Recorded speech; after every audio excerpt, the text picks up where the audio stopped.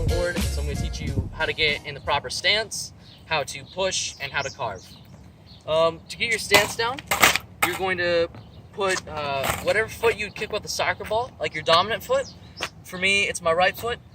That's the one that's going to be on the back. If your left foot is on the back, then that means you're goofy. If your right foot is on the back, that means you're regular. So you should always put your front foot on first. And so it's going to be just behind the bolts, just like that. But you actually want to keep it at a 45-degree angle towards the front wheel. Your back foot is going to be perpendicular with the board. It can be a little back, it can be a little forward. I personally keep my back foot a little pointed towards the tail of the board. Now to push, you're going to naturally just pivot your foot forward like I just showed you earlier. And you're going to put your back foot even with the trucks. And then you're going to keep this foot down on the ground, and you're going to just think that you're pushing your whole body forward while keeping this foot down. So as you push forward, you're going to leave your foot there, put it back on, and pivot your foot back to how it was. Now when first learning, it might be easier to do multiple pushes at a time. That way you can always have something to catch you if you're to fall or anything like that. Then you won't get hurt. After you can do that at about moderate speed, you're going to need to learn how to carve. To carve, you're going to want to make sure all of your trucks are nice and tight, not too tight, not too loose. If they're too tight, then you won't be able to even turn. If they're too loose, your wheel will rub on the board and you'll get into wheel bite. So just make sure that you can push at a moderate speed so it'll look like something like this. So just pushing to the back of the board.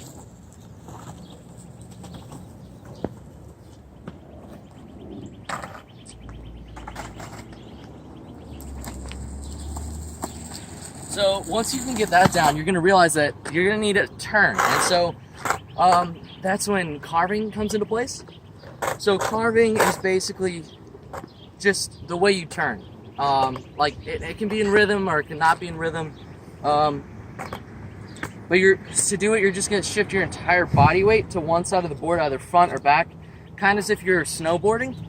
But it's a little more it's not just your feet, it's not just your knees, it's your whole body weight. So you're gonna want to learn this first on a flat piece of road, asphalt, concrete. You can do it on your driveway or in a parking lot.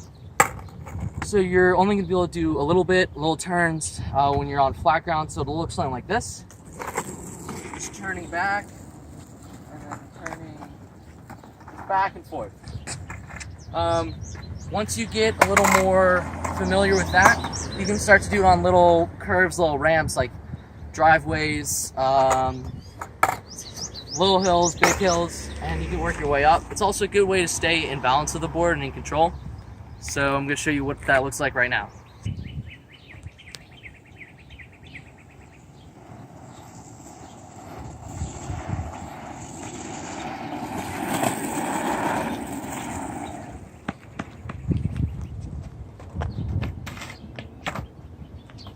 So when going down hills, carving is going to be a necessity. It's what keeps you in balance and in control. When you're learning how to longboard, you're going to need to know how to stop suddenly in case a car comes out, anything like that. To do that, you're quite literally just going to jump off the board forward and leave the board behind you. You don't want to jump off backwards because it'll go shooting. To slow down your speed, you can kind of, as if you were pushing, but just leave your foot there and it'll kind of be like a stomp. That'll slow you down. That's an easy way to slow down. So overall, you just want to work your way up and progress with it. You're not going to learn it right away. It might take you a little bit, but pretty much have all the time in the world. Yeah, it's a really fun thing to do. Any age can longboard. You just got to put in the time and effort. And yeah.